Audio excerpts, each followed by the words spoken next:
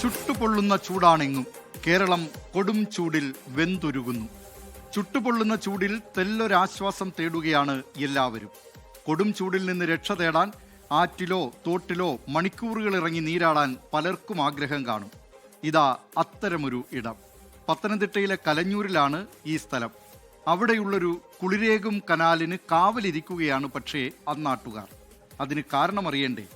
കാണാം പത്തനംതിട്ടയിൽ നിന്ന് ഷിജോ കുര്യൻ തയ്യാറാക്കിയ റിപ്പോർട്ട്. കുളിരണ്ട കാവലുണ്ട്. അന്തരീക്ഷ താപനില വലിയ തരത്തിൽ ഓരോ ദിവസവും കൂടി വരികയാണ്. വീട്ടിലും ഇരിക്കാൻ കഴിയില്ല, പുറത്തേക്കിറങ്ങി നടക്കാനും കഴിയില്ല.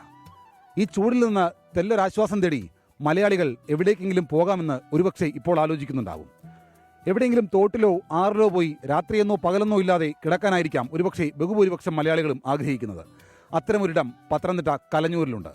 ആ വിശേഷങ്ങൾ കാണാം ഇനി.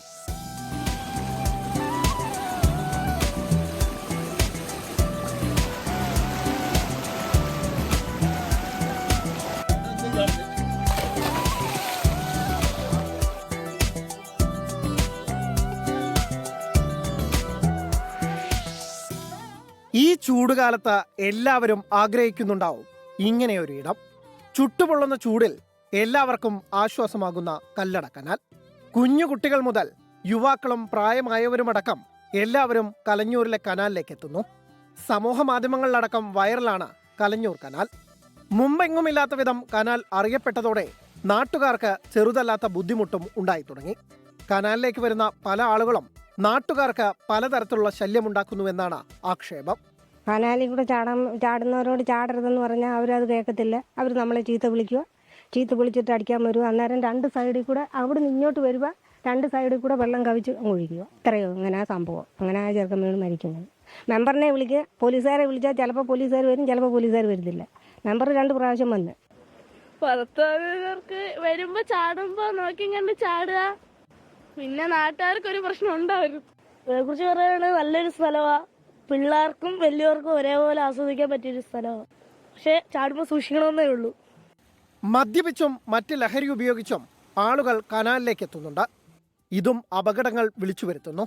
കഴിഞ്ഞ കുറച്ചുനാൾ മുമ്പ് കനാലിന്റെ കൈവരിയിലൂടെ നടന്ന യുവാവ് 60 അടി താഴ്ചയിലേക്ക് വീണ് മരിച്ചു. കനാലിലേക്ക് കുളിക്കാൻ ആളുകൾ എത്തുന്നതിൽ നാട്ടുകാർക്ക് പരാതിയും പരിഭവവും ഒന്നുമില്ല.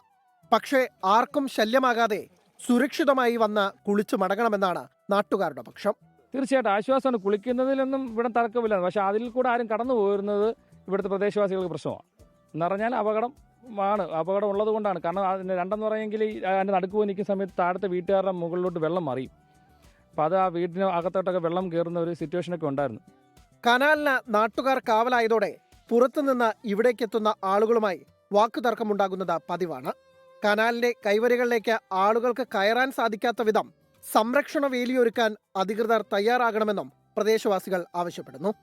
ദൂരെന്ന് റീൽസും കണ്ട് ദൂരെ നിന്നൊക്കെ വന്ന് കുളിക്കുന്നവരെ സംബന്ധിച്ച് പറയുകയാണെങ്കിൽ അവർ കുളിച്ചോട്ടെ, കുളിക്കുന്നതിന് യാതൊരു പ്രശ്നമില്ല, സന്തോഷത്തോടെ പോകട്ടെ. പക്ഷേ മദ്യപാനം ഒരു വലിയ പ്രശ്നമാണ്. വെള്ളത്തിൽ കുടിച്ചിട്ടിറങ്ങുക എന്നുള്ളത് വളരെ പ്രശ്നമാണ്.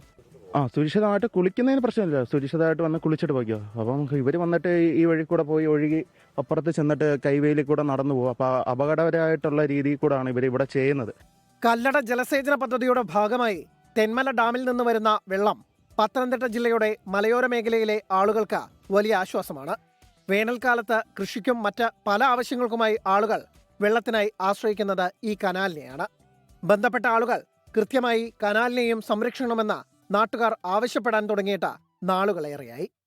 ആനന്ദത്തിനും ഉല്ലാസത്തിനുമപ്പുറം സ്വയം സുരക്ഷ കൂടി ഉറപ്പുവരുത്തി വേണം ഈ കനാലിലേക്ക് ഇറങ്ങാൻ. മദ്യപിച്ച് പല ആളുകളും ഇവിടെ വന്ന് ഈ കനാലിൽ ഇറങ്ങുന്നത് നിത്യസംഭവമായി മാറിയിട്ടുണ്ട്.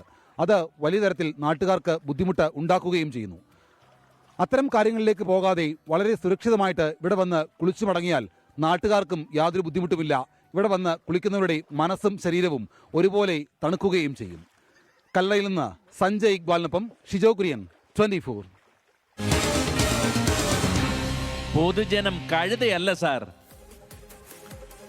വെന്തുരുകുന്ന വേനൽ ചൂടിൽ കുളിർമയുള്ള കാഴ്ചയാണ് കലഞ്ഞൂരിൽ നിന്ന് വന്നത്. ഇതിൽ പല പ്രേക്ഷകരും ഈ വാർത്തയുമായി ബന്ധപ്പെട്ടൊക്കെ പ്രതികരിക്കുന്നുണ്ട്. നൌഷാദ് പുന്നത്തല പറയുന്നു, വേനലവധി ആഘോഷിക്കാൻ കുട്ടികൾ പുഴയിലും കുളത്തിലും ഇറങ്ങുന്നത് പതിവാണ്. രക്ഷിതാക്കൾ കുട്ടികളുടെ കാര്യത്തിൽ ജാഗ്രത കാണണം എന്നാണ് നൌഷാദ് പറയുന്നത്. മിനിബാബു പറയുന്നു, ഷിജോ കുര്യൻ വെള്ളത്തിൽ കിടന്ന് റിപ്പോർട്ട് ചെയ്തത് അടിപൊളിയായിട്ടുണ്ട്, പക്ഷേ അതും അപകടമാണ്, അങ്ങനെ കാണിച്ചു കൊടുക്കേണ്ടതില്ലായിരുന്നു എന്നാണ് പറയുന്നത്. മോഹനൻ പിലാത്തറ പറയുന്നു, നാട്ടിലെ കുളങ്ങളിലധികവും മതിൽ കെട്ടി സ്വന്തം അവകാശമാക്കി, ഇപ്പോൾ ആർക്കും കുളങ്ങളൊന്നും ആവശ്യമില്ല, ഇതൊക്കെ കാണുമ്പോൾ കുട്ടിക്കാലം ഓർമ്മ വരുന്നു എന്ന്. ഏതായാലും ഈ ഒരു പ്രധാനപ്പെട്ട കാര്യം ഇത് തന്നെയാണ്. ഇത്തരം ജലാശയങ്ങളിലേക്ക് പോകുന്നവർ നീന്തൽ അറിഞ്ഞിരിക്കുക എന്നത് ഏറ്റവും പ്രധാനപ്പെട്ട കാര്യമാണ്. ഷിജോ കുര്യൻ്റെ കാര്യത്തിൽ ഷിജോ കുര്യൻ അറിയപ്പെടുന്ന ഒരു നീന്തൽ താരം കൂടിയാണ്. അതുകൊണ്ട് അത്തരം വിഷയങ്ങളൊന്നും ഷിജോയ്ക്കുണ്ടാവില്ല. പക്ഷേ ഇത് കണ്ടിട്ട് പ്രേക്ഷകർ, നീന്തൽ അറിയാത്തവർ ആ സ്ഥലത്തേക്ക് പോയി അപകടം ക്ഷണിച്ചു വരുത്തരുത്.